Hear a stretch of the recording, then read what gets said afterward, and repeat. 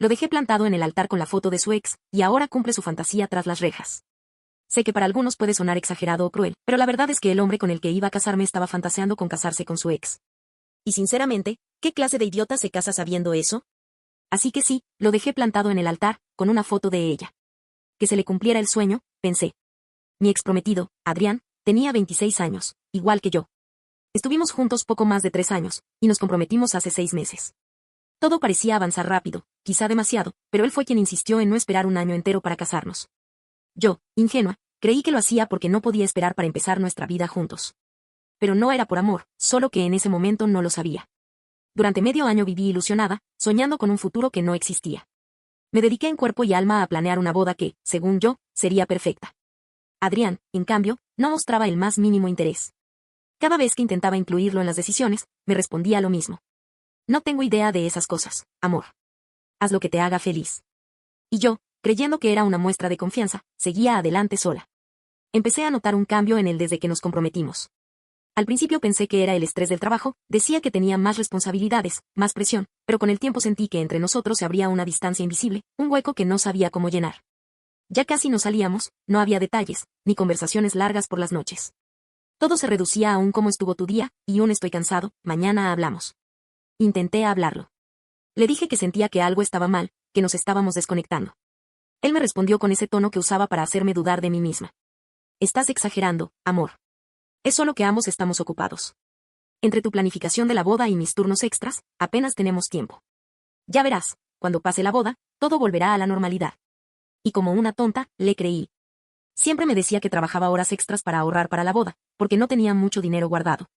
Yo también trabajaba, desde casa, y había puesto buena parte de mis ahorros en el presupuesto. No era una boda grande, apenas una ceremonia pequeña en la iglesia y una recepción sencilla en el césped. Yo nunca quise lujos, solo quería que fuera nuestro momento. Pero al parecer, nunca fue nuestro momento. Fue el suyo, o más bien, el que él imaginó con otra. Una semana antes de la boda, recibí un mensaje de una mujer llamada Camila. Sabía quién era en cuanto vi su nombre, la ex de Adrián. Él siempre me aseguró que ya no tenían contacto, que habían terminado en buenos términos, que era una historia cerrada. Mentira. El mensaje de Camila era breve, directo y devastador. Sé que te casas pronto, pero hay algo que necesitas saber sobre Adrián. Lo primero que pensé fue que se trataba de una trampa, una ex celosa intentando arruinarme la boda. Pero entonces adjuntó capturas de pantalla. Mensajes de Instagram, conversaciones que se remontaban meses atrás. Ahí estaba él, el hombre con el que iba a casarme, escribiéndole que le extrañaba, que todavía pensaba en ella, que nunca dejaría de sentir algo. Y lo peor fue leer cómo le decía que el día de nuestra boda pensaría en ella. Que se imaginaría casándose con Camila. Sentí un nudo en el estómago, una mezcla de rabia, humillación y tristeza que no sé ni cómo describir. No quería creerlo. Pensé que quizá las capturas eran falsas, que ella las había fabricado. Pero esa esperanza se me cayó cuando abrí el teléfono de Adrián. Ni siquiera había borrado las conversaciones. Ahí estaban todos los mensajes, palabra por palabra. Me sentí tan ridícula, como si toda mi vida se hubiera reducido a un chiste cruel. Cerré el teléfono y me fui sin decir nada. Le mandé un mensaje diciendo que mi amiga Laura no se sentía bien y que iba a quedarme con ella unos días. Y él, tan distante, apenas respondió, cuídala de mi parte. Pasé 3 días en casa de Laura sin dormir, sin comer bien, llorando por ratos y luego quedándome en silencio. Ella intentaba consolarme, pero no había palabras suficientes para describir el vacío que tenía. 3 años juntos, 6 meses planeando una boda, y de pronto todo se derrumbaba. Pensé en cancelar todo, pero algo en mí cambió. Ya no quería solo escapar. Quería que sintiera una fracción de lo que yo estaba sintiendo. Así que decidí vengarme. No era una venganza violenta ni cruel, pero sí simbólica. Si él quería imaginar casarse con su ex, iba a tener la oportunidad. Solo que sin mí. Empecé a planearlo todo con calma. Fingí normalidad los días siguientes, volví a casa como si nada hubiera pasado, hablé con él, le sonreí, dormí en la misma cama. Él ni sospechó nada. Mientras tanto, les conté a mis damas de honor y a mi familia lo que había pasado. Les pedí que guardaran silencio. Algunos me dijeron que estaba loca, que debía dejarlo sin más, que la venganza no me haría sentir mejor. Pero yo no podía marcharme así, como una víctima silenciosa. No después de todo lo que había invertido emocionalmente. Empecé a empacar mis cosas poco a poco, en secreto. Cada día mandaba una caja a casa de Laura. Adrián ni se enteró. Estaba tan ensimismado en su teléfono o en su trabajo que no notó que su casa se iba vaciando de mí. El día antes de la boda, me fui a dormir a casa de Laura. Las demás damas de honor sabían lo que tenían que hacer, llegar temprano a la iglesia y colocar en el altar un recorte de tamaño real de Camila, con su vestido de novia. Sí, lo sé. Fue extremo. Pero era la forma más precisa de devolverle su propia fantasía. El día de la boda amaneció soleado, como si todo el universo estuviera conspirando para que el desastre se viera bonito. Yo estaba en casa de Laura, bebiendo café con las manos temblorosas y el corazón acelerado. No sentía culpa. Sentía calma. Esa calma helada que se siente justo antes de una tormenta. Mis damas de honor salieron temprano rumbo a la iglesia. Llevaban con ellas aquel enorme recorte de cartón de Camila, impreso a tamaño real. Laura me lo había mostrado la noche anterior, la misma sonrisa, el mismo rostro que Adrián decía haber olvidado, ahora listo para ocupar mi lugar frente al altar. ¿Estás segura de esto?, me preguntó Laura. Más segura que de haber querido casarme con él, le respondí. A las 9 de la mañana ya todos estaban reunidos. La familia de Adrián, la mía, los amigos comunes, todos esperando verme llegar con mi vestido blanco. Yo, mientras tanto, estaba empacando el último resto de mi vida con él, los vestidos, los papeles, el anillo que dejé sobre la mesa de noche. Cuando el reloj marcó la hora en que debía entrar a la iglesia, Laura me enseñó su teléfono. Las llamadas de Adrián comenzaban a aparecer una tras otra. Luego los mensajes. Decenas de ellos. ¿Dónde estás? ¿Todo bien? Por favor, contéstame. Y más tarde, ¿qué es esto? ¿Por qué hay una foto de Camila en el altar? Sonreí. No con orgullo, sino con alivio. Ya no tenía que fingir. Mientras él se derrumbaba frente a todos, mis amigas y yo estábamos en el carro rumbo a una playa del pueblo vecino. Laura conducía, las otras dos reían nerviosas, tratando de aliviar la tensión con chistes malos. Yo no decía nada. Miraba por la ventana y pensaba en lo rápido que puede romperse algo cuando está construido sobre mentiras. En la iglesia, todo fue un caos. Lo sé porque después me lo contaron. Cuando los invitados vieron el recorte de Camila, nadie entendía nada. Adrián se puso pálido. Algunos pensaron que era una broma, otros que se trataba de un error. Pero cuando leyó la nota que mis amigas dejaron junto al altar, una simple línea que decía para que se te cumpla tu sueño, todo se vino abajo. Dicen que intentó salir corriendo a buscarme, que gritaba mi nombre, que se descompuso frente a todos. Su madre lloraba, su padre maldecía, y los invitados empezaron a murmurar. En ese momento, Laura entró por la puerta principal, se acercó al altar y con la voz más firme que pudo, anunció. La boda está cancelada. Si quieren saber por qué, pregúntenle a Adrián. Y se fue sin mirar atrás. Mientras tanto, yo caminaba descalza sobre la arena. El viento del mar me golpeaba el rostro y, por primera vez en mucho tiempo, no sentía miedo. Pasé los siguientes 2 días allí con mis amigas, intentando olvidar. Nos reímos, bebimos vino barato y tratamos de borrar la imagen de ese hombre de nuestras cabezas. Pero la realidad me alcanzó al volver. No regresé a su casa, por supuesto. Ni siquiera tenía derecho legal a hacerlo. El contrato de arrendamiento seguía a su nombre, aunque yo había pagado la mitad de la renta durante meses. Me instalé en casa de Laura, y ella fue la encargada de enfrentar a Adrián cuando apareció en la puerta, desesperado, pidiendo hablar conmigo. Desde entonces no ha dejado de escribir. Mensajes, notas de voz, correos. Todos con la misma insistencia, que hablemos, que todo fue un malentendido, que no pasó nada realmente. Dice que nunca me engañó físicamente, que solo fueron palabras. Que lo malinterpreté.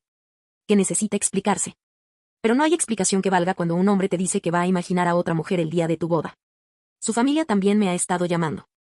Algunos con insultos, otros con súplicas. No seas cruel, piensa en lo que haces, una boda no se cancela por celos. Ninguno de ellos sabe la verdad.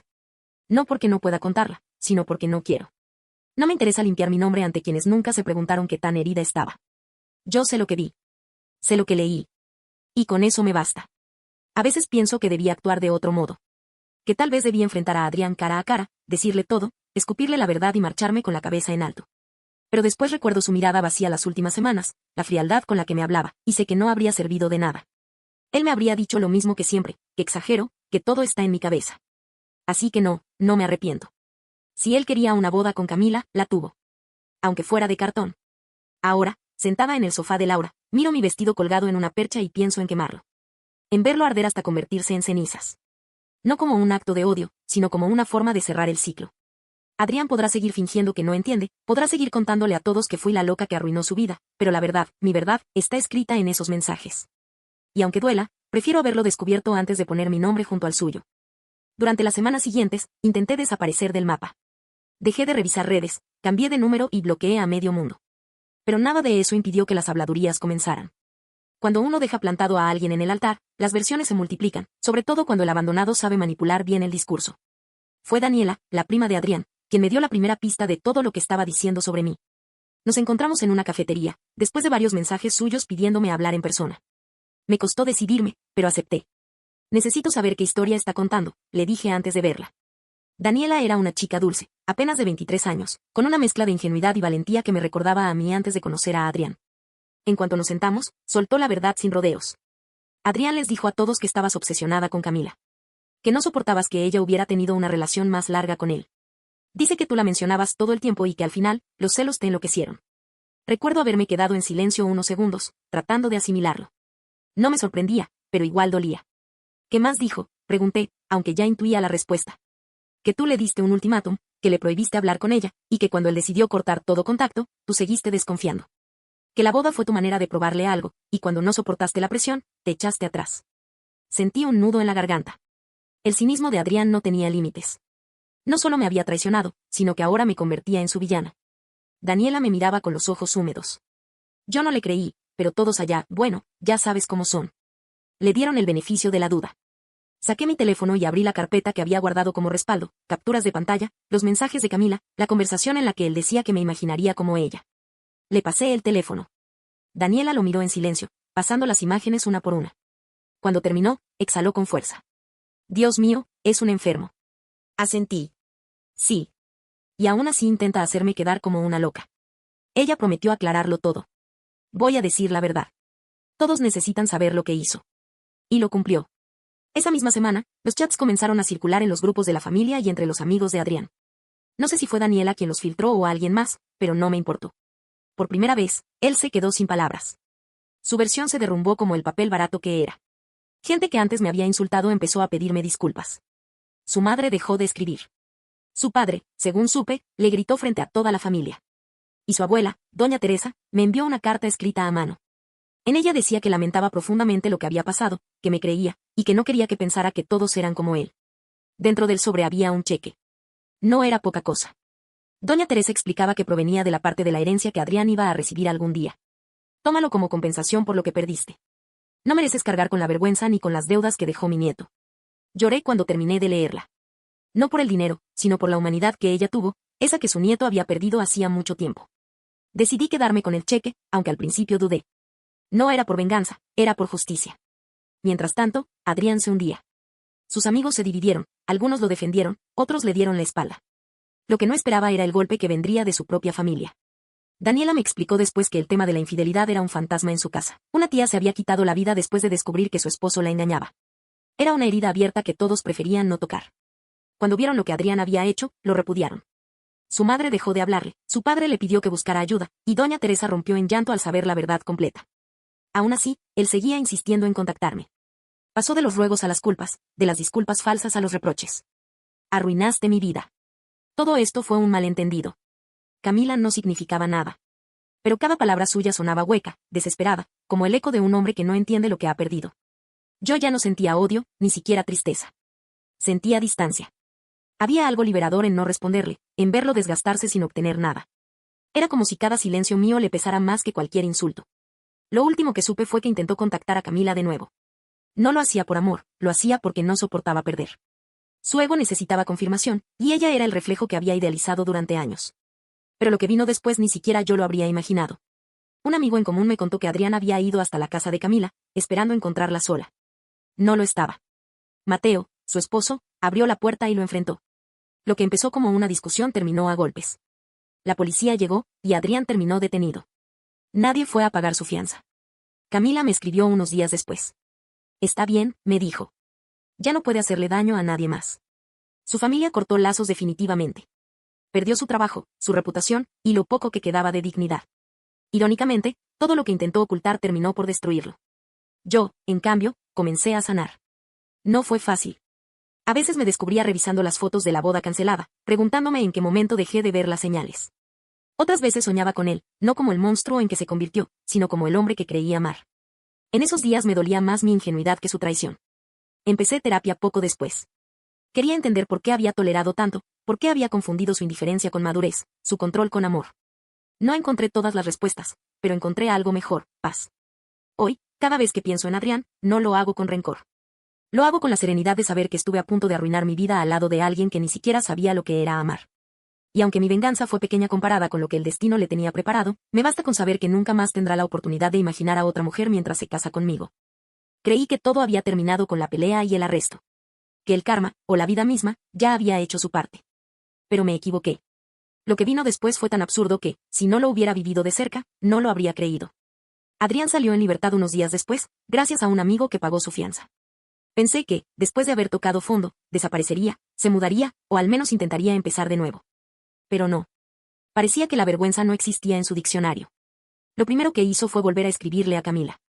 Al principio fueron flores en su oficina, luego notas dejadas en su buzón, mensajes desde cuentas falsas. Nadie entendía cómo podía seguir insistiendo después de todo. Camila intentó ignorarlo, pero cada gesto suyo era más invasivo. Una tarde me escribió para contarme algo que me dejó helada. Me mandó un oso de peluche con una cámara oculta. Lo descubrieron cuando una compañera se lo dio a su hijo. Era enfermizo. Ya no se trataba de un ex obsesionado, se había convertido en un acosador. Luego vinieron las cartas. Una, hecha con letras recortadas de revistas, afirmaba que su esposo, Mateo, la estaba engañando. Otra contenía supuestos chats falsos con los que Adrián intentaba demostrar lo mismo. Era como si hubiera perdido completamente la noción de la realidad. Camila no tuvo más remedio que demandarlo. No me lo dijo enseguida, porque su abogado le recomendó mantener el caso en silencio mientras reunían pruebas. Cuando finalmente me contó, ya todo estaba en marcha, el acoso, las visitas no autorizadas, la violación de la orden de restricción, todo estaba documentado. Yo solo pude responderle, haz lo que tengas que hacer. Ya es hora de que enfrente las consecuencias. Y las enfrentó. La policía lo volvió a arrestar cuando intentó presentarse de nuevo en casa de Camila, incumpliendo las condiciones de su libertad bajo fianza. Esta vez no hubo nadie dispuesto a pagar por él. La familia se cansó, los amigos se alejaron, y el único que parecía tenerle lástima fue aquel conocido que terminó perdiendo el dinero de la fianza anterior. El juicio fue rápido. Los cargos por acoso y agresión se acumularon, y el juez no tuvo piedad. 6 meses de prisión. No era mucho, pero bastaba para apartarlo del mundo un buen tiempo. Perdió su empleo, su reputación y la poca estabilidad que le quedaba. Su nombre comenzó a circular por la ciudad como una advertencia, el hombre que no supo dejar ir. Doña Teresa, su abuela, volvió a escribirme. Me agradeció por haber soportado tanto y, con una honestidad que me conmovió, me pidió perdón en nombre de su familia. A veces, me decía en la carta, la peor ceguera es la que se hereda. Ojalá mi nieto aprenda lo que significa tener consecuencias. No supe qué contestarle. Guardé la carta en una caja junto con la nota que había dejado en el altar y las fotos de la boda cancelada. No las guardé por nostalgia, sino como recordatorio de lo que ya no quiero volver a vivir. Camila y Mateo siguieron con su vida.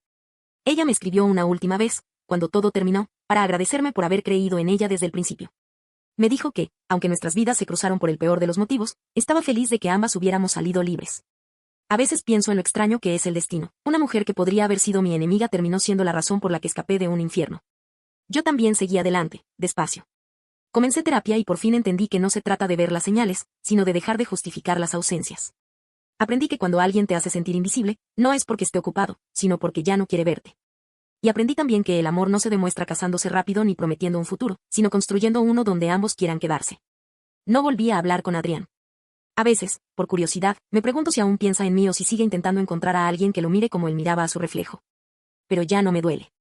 Mi historia con él terminó mucho antes de que yo lo dejara en el altar. Solo que ese día fue la primera vez que lo entendí. A veces, cuando la noche está tranquila, recuerdo la imagen del recorte de Camila en la iglesia. No por rencor, sino porque en esa escena encontré mi liberación.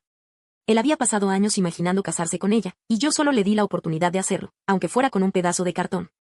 No sé si eso cuenta como venganza o como justicia poética, pero sí sé que fue el punto exacto donde recuperé mi dignidad. Ahora miro hacia atrás y me doy cuenta de que mi historia no fue una tragedia, sino un aviso a tiempo. Me salvé antes de convertirme en una sombra más en la vida de un hombre roto. Y aunque me costó lágrimas, noches sin dormir y una boda entera desperdiciada, aprendí algo valioso. No se puede construir un para siempre con alguien que todavía vive en su pasado. No olvides dejar tu opinión en los comentarios, dejar tu like y compartir este video.